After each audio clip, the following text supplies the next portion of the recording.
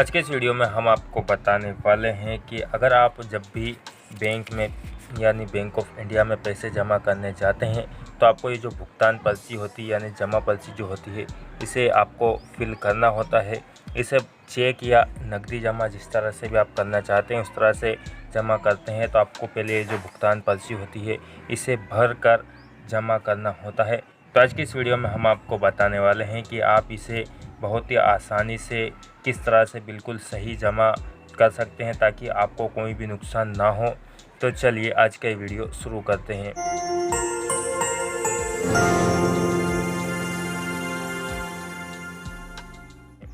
पर्ची भरने के लिए आप इसे दो तरीके से भर सकते हैं। अगर आप हिंदी में भरना चाहें तो ये वाला हिंदी का पेज है। अगर आप इंग्लिश में भरना चाहें तो इसके पलटे में यानी पीछे वाली साइड इंग्लिश में आप जिसमें भरना चाहते हैं उसमें भर सकते हैं।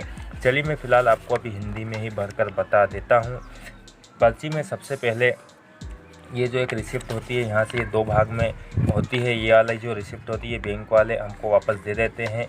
उसके बाद में ये जो रिसिप्ट होती है बैंक वाले रख लेते हैं। सबसे पहले आपको यहाँ पर जो शाखा दिखाई दे रहा है, शाखा यानी शाखा का मतलब होता है जिस बैंक में आप पैसे जमा करने वाले हैं उस बैंक में का शाखा यहाँ लिखना होगा। जिस भी बैंक में आप जमा करने वाली शाखा आप यहाँ पर लिख देंगे। उसके बाद में जिस तारीख को आप पैसा जमा कर रहे हैं वाली तारीख यहाँ पर लिखेंगे। तारीख आपको जैसे अगर आज 1 तारीख है तो उसको 01 लिखना होगा।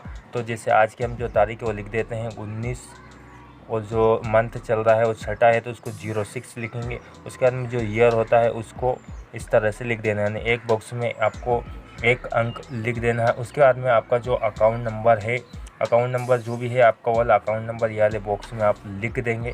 उसके बाद में आपका जो नाम है, आप जिस नाम से पैसे जमा कर रहे हैं, यानी अगर किसी दूसरे का कर रहे हैं तो आपको दूसरे का अकाउंट नंबर यहाँ लिखना होगा। अगर खुद के खाते में जमा कर रहे हैं तो खुद का नाम और खुद का अकाउंट नंबर यहाँ पर लिखना होगा।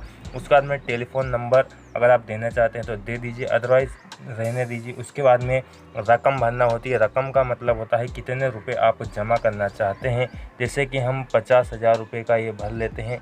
50,000 रुपये यहाँ पर आपको अंकों में लिखना होगा। इस तरह से लिखने के बाद आपको शुरुआत में यहाँ से लिखना है, इसमें आगे जगह नहीं छोड़नी अगर जैसे कोई उसमें छेड़छाड़ नहीं कर सके। उसके बाद में यहाँ पर एक कॉमा लगा देंगे। फिर जो हमारा है उसके बाद में ये जो रुपये का निशान होता है ये वाला निशान आप यहाँ ऐसे करके लगा देंगे। उसके बाद में अगर पैसे कुछ हैं तो वो लिख दीजिए, अदरवाइज़ यहाँ 0 लिख देंगे।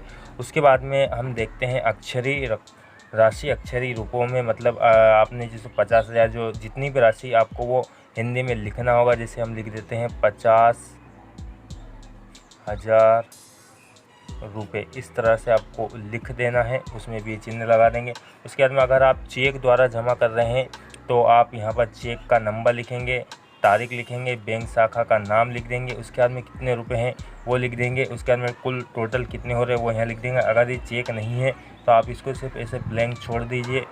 इतना लिखने के बाद आपको इस वाले साइड में आ जाना है। इस वाली साइड में सबसे पहले अगर आप 50,000 से अधिक का जमा कर रहे हैं तो आपको पैन कार्ड नंबर देना होगा। अदरवाइज़ अगर 50 से आप कम जमा कर रहे हैं तो आपको पैन कार्ड की ज़रूरत नहीं लगेगी। उसके बाद में आपको यहाँ पर नोटों की संख्या लिखनी होगी। अगर आप नकदी जमा कर रहे हैं तो आपको नोटों की संख्या यानी 2000 के आपके पास कितने नोट है। जैसे 2000 के आपके पास 10 नोट है तो हम यहाँ पर लिख देते हैं 10।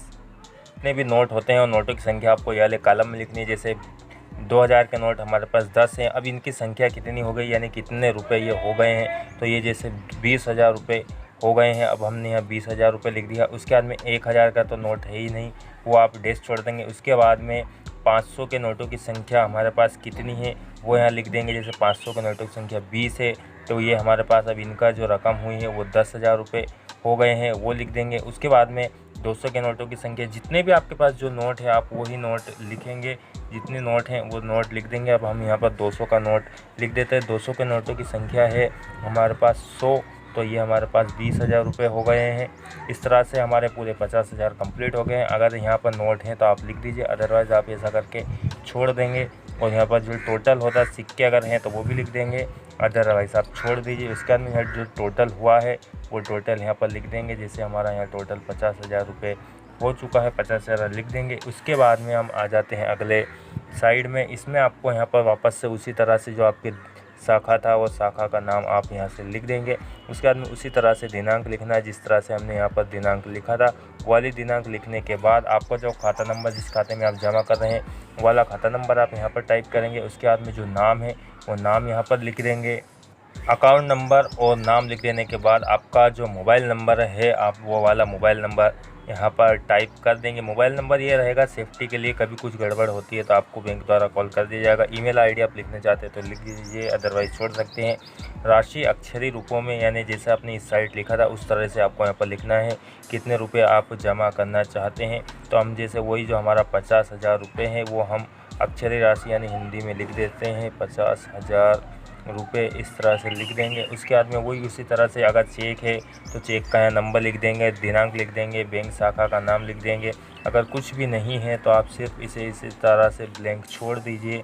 उसके बाद में जमाकर्ता के हस्ताक्षर जो भी आप यहाँ पर जमा कर रहा है उसके हस्ताक्षर यहाँ पर आपको कर देने हैं। अगर आप ही अपने खाते में जमा कर रहे हैं तो आप ही कर दीजिए, या आप किसी के भी खाते में जमा कर रहे हैं तो हस्ताक्षर आपको ही करना है क्योंकि जमा आप कर रहे हैं। और आसानी से इसे भर सकते हैं और कोई भी गलती ना हो। अगर आपको इस बीच कोई लगती है कुछ ज़रूरत लगती है तो आप हमें कमेंट करके पूछ सकते हैं। और इसी तरह के वीडियो के लिए जुड़ रही है हमारे साथ, चैनल को कीजिए सब्सक्राइब। धन्यवाद।